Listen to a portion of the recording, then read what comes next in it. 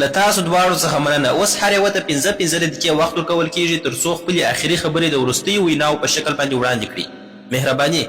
زیاته مننه. زموږ د بحث موضوع د خدای په شتون باندې وه. زه په خورا ډېرې تیاري سره راغلی وم. اکاډمیک تیاری مې نیولې وه. ما فکر کاوه چې ډېر منطقي بحثونه او دلایل به وړاندې کړم، خو له یوې خوا څخه وخت کم و او له بلې خوا څخه جاوید اختر صاحب له موضوع څخه یوې بلې خوا ته وتی. د خدای په شتون باندې بیخي ډېر منطقي بحثونه او دلایل سته، خو ما یوازې یو درته وړاندې کړ. دلایل ډېر دي او قوي دي. په هېڅ یوه پړاو کې جاوید اختر صاحب نه زما دلایلو ته پام وکړ، نه یې ومنل او نه یې رد کړل. دوهمه خبره دا ده چې تا د خدای پر نه شتون هېڅ قوي دلایل وړاندې نه کړل. تاسې یوازې د مذهب په اړه خبرې کوئ. حال دا چې مذهب زموږ د بحث موضوع نه وه. دا خبرې له مذهب څخه تر داعش پورې یوړلې. موږ له هغوی سره هېڅ تړاو نه لرو. که څوک غلط کار کوي، یو چا قتل کړی وي، یو چا جبري زنا کړې وي، نو سزا باید وویني. تاسې د اخلاق لپاره هېڅ قوي او منطقي بنسټ نه لرئ. تاسو د اکثریت پرېکړې ته اعتبار کوئ. لکه ما چې درته وویل هټلر صحیح و، تا ویل نه، د ټولې نړۍ اکثریت ته اعتبار کول کېږي. نو د ټولې نړۍ اکثریت خلکو خدای هم مني، خو ته یې بیا نه منې. له مفتي صاحب څخه ډېره مننه. اوس جاوید اختر صاحب ته نوبت ورکول کېږي تر څو خپل اخرنۍ وینا تاسو ته وړاندې کړي. له هغې وروسته به له تاسو څخه پوښتنې اخیستل کېږي او دوی به در جوابوي. مهرباني جاوید اختر صاحب. ډېرې خبرې دي چې د نړۍ په هر مذهب کې د خدای تعریف سته، چې خدای قادر دی، هر ځای موجود دی، عادل دی، مهربانه دی، د انسانانو سره مینه لري او نور.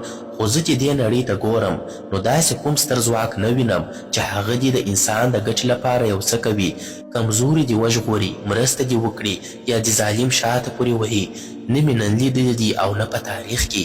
که خدای وي او دا هر څه ویني نو بیا د هغه شتون او نه شتون دواړه یو شان دی. بل خبره دا چې تاسې کائنات کانټینجنټ بولي، یعنی د خپل شتون لپاره د یو بل چا محتاجه وي. د دې په منلو سره تاسې سمدستي تسلیمیږئ او جوړونکی به یې تر دې 10,000 ځله پیچلی وي او پر هغه تاسې هیڅ نیوکه نه کوئ، پر هغه هیڅ اعتراض نه کوئ. د هغه لپاره د وخت قید هم نږدې. هغه همیشه ګڼي او وایاست چې وخت وروسته پیدا سوی دی. دا ټول شیان بغیر له کوم دلیل او ثبوت څخه منئ. د مذهبونو تاریخ ته که وګورو، پر خدای باور کول ناسم ثابت سوي. که ته وایې چې د ارسطو په زمانه کې ټول خلک جاهل و، نو د ارسطو په وخت کې خو هم خلکو پر خدای دومره کلک باور درلود لکه نن، خو هغه خدایان اوس نسته. دا اوسني به هم نه پاته کیږي. نښې یې اوس ته ښکاره سوي دي. ایا دغسې یو بحث 100 کاله مخکې امکان درلود؟ د دغه ځایه خو مو تاسې راورسولاست چې دغسې بحثونه در سره وکړو. زه تاسې ته یو ساده وړاندیز کوم. په نړۍ کې 10 مهم باورونه دي. تاسې یو منئ او نه یې نه منئ. په هغو 9 کې تاسې ملحد یاست. یو مذهبي انسان هم 90% ملحد دی، ځکه یوازې خپل خدای مني او د نورو مذهبونو خدایان نه مني. نورو ته غلط وایي. که تاسې باور کول پرېږدئ نو 10% چانس دی چې سم یاست او 90% غلط یاست. که تاسې ملحد سئ نو 50% چانس دی چې غلط یاست. تاسې په ملحد کېدو کې 40% ګټه کوئ. دا یو زوړ فکر دی. دا ختمیږي. کیدای شي زما په ژوند کې ختم نسي، خو ختمیږي. دا درانه اصطلاحات لکه ماوراء الطبیعت چې تاسې یاد کړل، دا د هغو خلکو خبرې دي چې نه یې فزیک پیژندئ او نه میټافزیک. د تاسو دواړو څخه زیاته مننه. د وروستۍ خبرو لپاره همدا دور پای ته ورسید. موږ د ګډونوالو د سوالونو دور ته ګرځو. د سوالونو پړاو ته ځو. اوس د همدې مناظرې آخري پړاو شروع کیږي. 30 دقیقې وخت دی. تاسې لاس پورته کوئ. زه یو کس انتخابوم، هغه د خپل سوال کوي. که له مفتي صاحب څخه کوي، که له جاوید اختر صاحب څخه کوي، هغه به خپل سوال کوي. اوس لومړی مایک ماریا شاکی ته ورکړئ چې هغه خپل سوال وکړي. مهرباني ماریا شاکی، مهرباني وکړئ.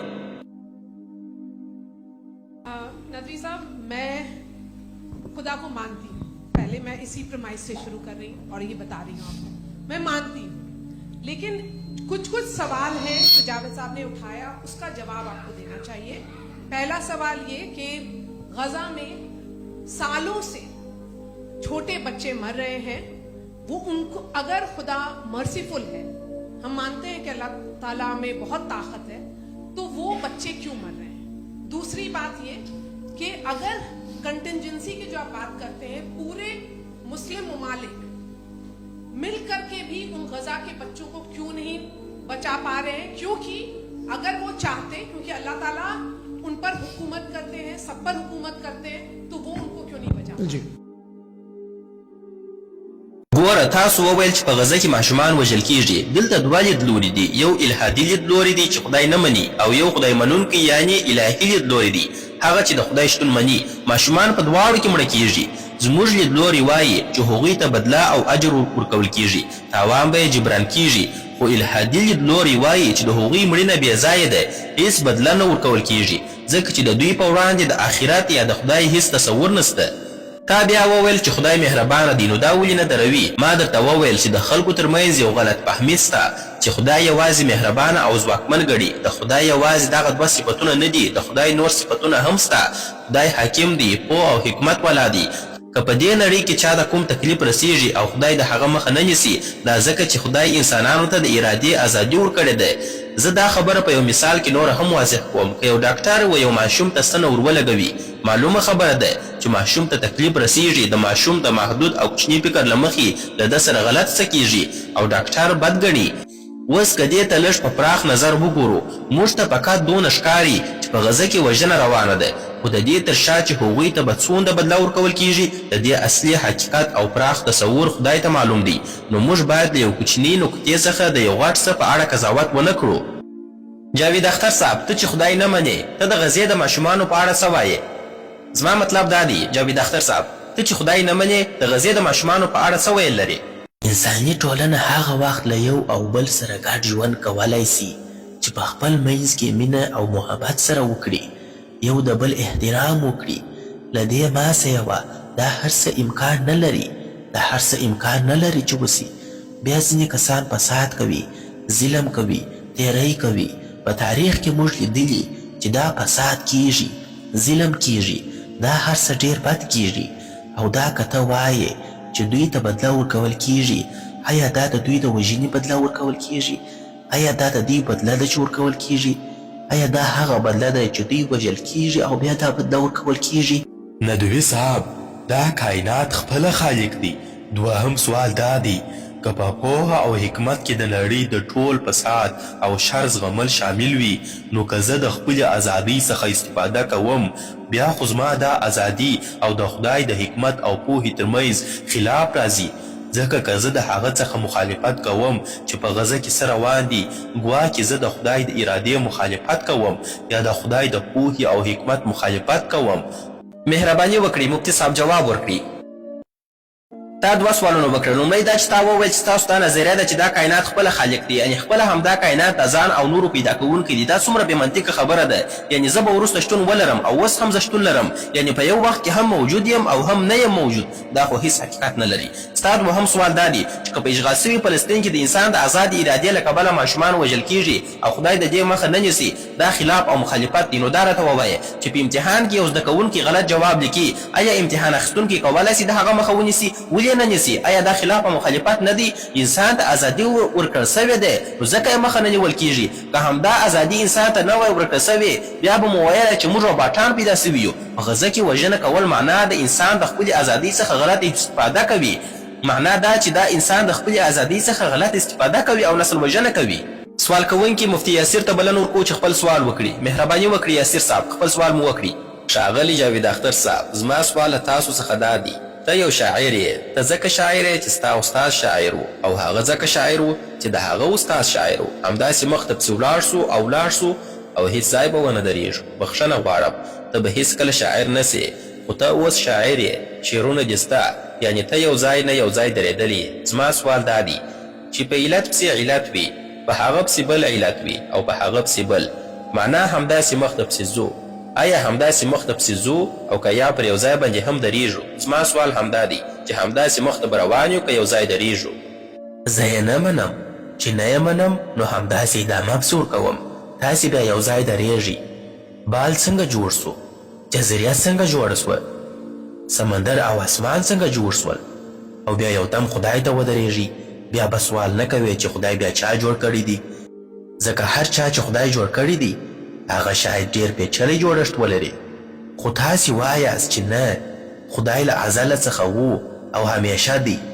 نو که دا منې چې خدای همیشه موجود دی، نو دا بیا هم ومنئ چې کائنات هم له همیشه څخه دی. په دې کې څه ستونزه ده؟ دا هم تاسې ومنئ چې کائنات له همیشه څخه موجود و، حتی له وخت څخه هم مخکې. په دې کې څه ستونزه ده؟ نو که داسې وي نو بیا خو موږ نه موجود کېدلو. که په علت پسې علت وي نو بیا به په شاعر پسې شاعر وای او شعر به نه وای. ویان صاحب جاوید اختر صاحب نه پوهېږي، بحث ته اړتیا نسته. لطفا اوس دا مایک راواخلي، هغه بل کس ته یې وروړي. هغه بل کس ته مایک وروړي چې خپل سوال وکړي. مهرباني دا مایک ورکړي. مهرباني خپل سوال مو وکړي. زما نوم ګوهر دی. اول خو باید دا ووایم چې زه له هغو ماشومانو څخه شرمنده یم چې په غزه کې وژل سوي دي، ځکه هغوی زموږ پښتون کې وژل سوي دي. زه د جاوید اختر صاحب سره موافق نه یم، نو ځکه سوال هم له جاوید اختر صاحب څخه کوم. جاوید اختر صاحب وایي چې په ساینس کې منطق سته خو په دین کې منطق نسته. زه وایم چې په دین کې هم منطق سته. له جاوید اختر صاحب څخه سوال دا دی چې آیا ته دا منې چې د ساینس او دین منطق توپیر لري؟ یعنی د ساینس منطق یو څه دی او د دین منطق بل څه دی؟ آیا تاسو همدا منئ؟ ګوره درې شیان دي، ساینس دی، منطق دی او استدلال دی، او دریم هیڅ دی چې ایمان ورته ویل کیږي. زه د ایمان منطق نه منم. تاسې ما په استدلال او منطق سره پوه کړئ. په دې کې زما هیڅ تاوان نه دی، مګر ایمان ته زه په هیڅ صورت نه ځم، په هیڅ صورت نه ځم، ځکه ایمان معنا خامخا یې ومنه او هیڅ سوال مه کوه. دا د ایمان معنا ده. تاسې ټولې ساینسي خبرې وکړي او بیا ولاړ سي و خدای ته ودرېږي او ورته تسلیم سي، خو زه نه تسلیمیږم. مهرباني اوس مایک دا بل ورور ته ورکړي چې خپل سوال وکړي. مهرباني. زما سوال د جاوید اختر صاحب څخه دی. تا په خپلې وروستۍ وینا کې وویل چې دین به په راتلونکي کې ډېر نه وي، یعنې له مخه به ختم سي، د مځکې له مخ څخه به ختم سي.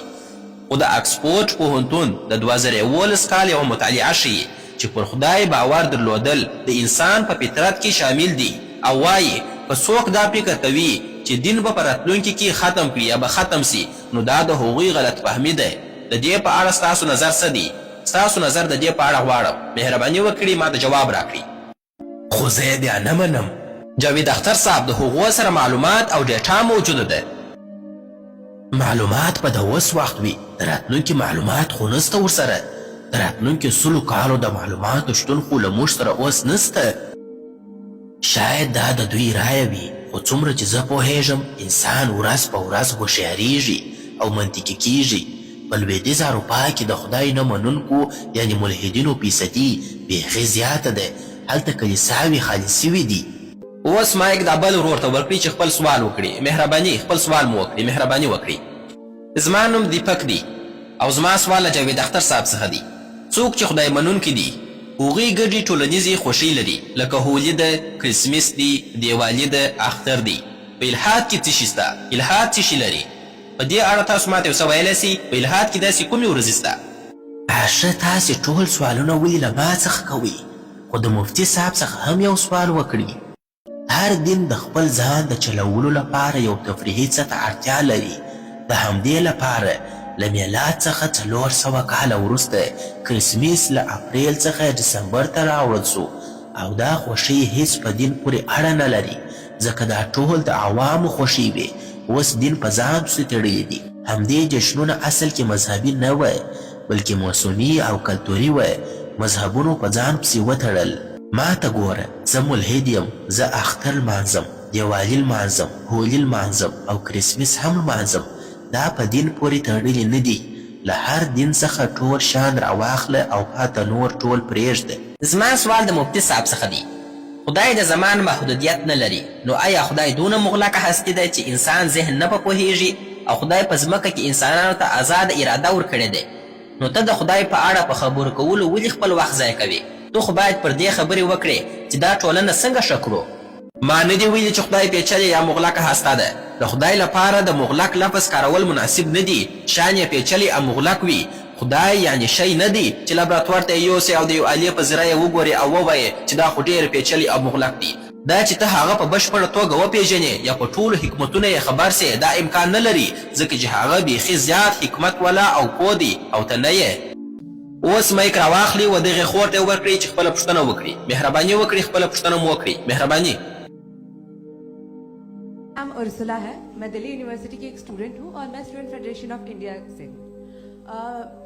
मेरा सवाल मुफ्ती जी से है कि इस हॉल के इस कमरे में बैठ के हम लोग रेप की मोरालिटी के बारे में फिलोसफिकली बात तो कर सकते हैं, बट असलियत ये है कि रोजमर्रा की जिंदगी में औरतें रेप के थ्रू गुजरती हैं और हम लोग सिर्फ नंबर्स पे इस तरह नहीं देख सकते, क्योंकि कितनी औरतें हैं इन कंट्रीज में जहां पे आप बता रहे हैं कि केसेस कम हैं, जिनका एक्सेस है कि वो जाके केस फाइल कर सके। कितनी औरतें हैं जो जिनको काम करने की आजादी है उन कंट्रीज में। यूरोप में ये आजादी आ गई, यूरोप में ये रूल्स आ गए, तो हम आज उसके बारे में बात कर पा रहे हैं। تا وویل چې دلته په همدې بند تالار کې موږ په فلسفي لحاظ پر جبري زنا باندې بحث کولی سو، خو د باندې بیخي ډېرې ښځې له همدې ستونزو سره مخ دي او په تکلیف کې دي. زه ستا سره موافق یم، دا ډېر غلط کار دی او څه چې غلط وي د هغه مخه باید ونیسو. دا چې دا ولې غلط کار دی یا ولې یې موږ مخه نیسو، د دې لپاره چې موږ مسلمانان یو حقیقي بنیاد لرو، خو ملحدین هیڅ نه لري. زه دا وایم چیرې چې پر ښځې باندې ظلم کیږي، عزت یې تر پښو لاندې کیږي یا تکلیف ورسول کیږي، یوازې پر ښځې نه بلکې پر هر چا چې کیږي، پر هر چا چې ظلم کیږي د هغه ظلم په مقابل کې د درېدلو اخلاق او تربیه و موږ ته خدای راښودلې ده. کنې جاوید اختر صاحب خو وایي چې ډېر خلکو څه وویل بس هغه صحیح دي، خو که ډېر خلکو بد شي ته بد وویل آیا هغه صحیح دی؟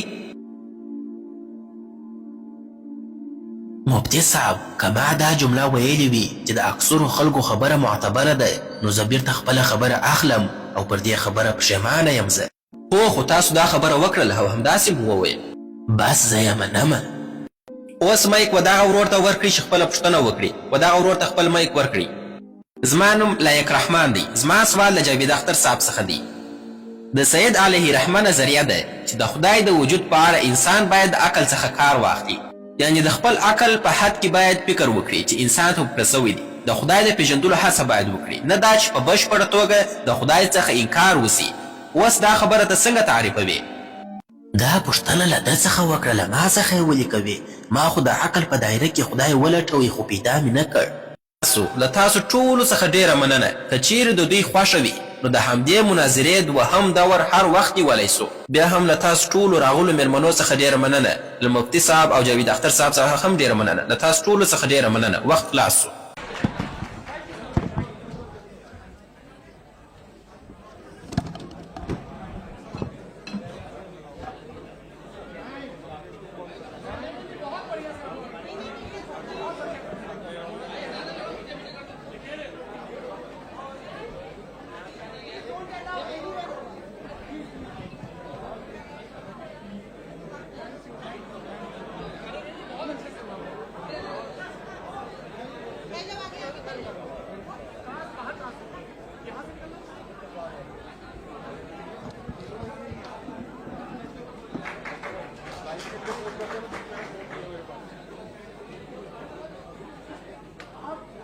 Thank you.